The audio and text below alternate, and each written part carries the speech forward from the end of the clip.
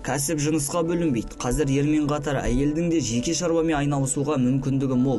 Елімізде істің көзін тапқан нәзік жандылардың қатары күн санап артып келеді. Тіпті бір істі дөңгелетіп қана қоймай, қоғамдық жұмыстардың да бел ортасынан табылып жүр. Дегенмен қоғамда дінге бет бұрғандардың жұмысқа орналасуында бірқатар мәселе туындайтындығы жасырын емес.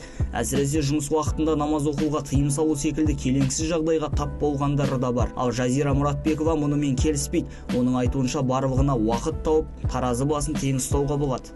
Бизнесмен болсаң да, әнші болсаң да, басқа уақыт тауып намаз оқуға болады да, ол ешқандай кедергі келтірмейді жұмыс.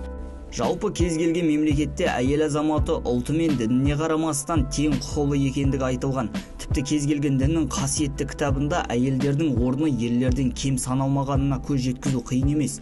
Құдай әйелдерді де ерлер секілді өзіне ұқсатып жаратқан деген тұжырым Тәуратта кездеседі. Яғни христиан діні жеке тұлғалардың өзара теңдігін дәріптейді. Иудей немесе пұтқа табынушы, құл немесе азат адам, еркек немесе әйел деп бөлудің жөн еместігін Құдай алдында бәрінің бірдей екенін насихаттайды дейді Мұстафа Айдарханова.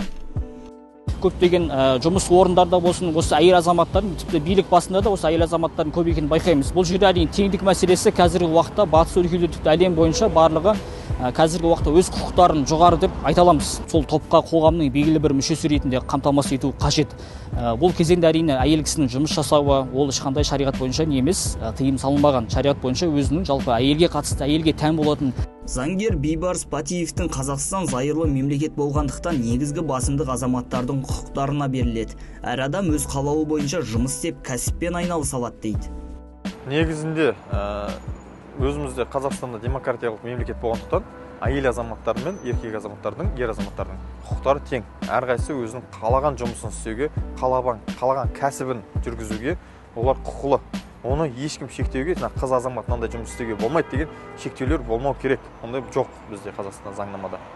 Жалпы алғанда Қазақстанда кәсіпкерліктің қыр-сырын меңгерген қыз-келіншектер көп. Ресми дерекке сүйенсек, шағын және орта кәсіпкерліктің тізгінін ұстағандардың 40% нәзік жанды бар екен. Ал Жамбыл облысында 250-ге жуық іскер әйел тіркелсе, мемлекеттік қызметте жұмыс істейтін нәзік жандылардың үлесі 55%-дан асып жығылады.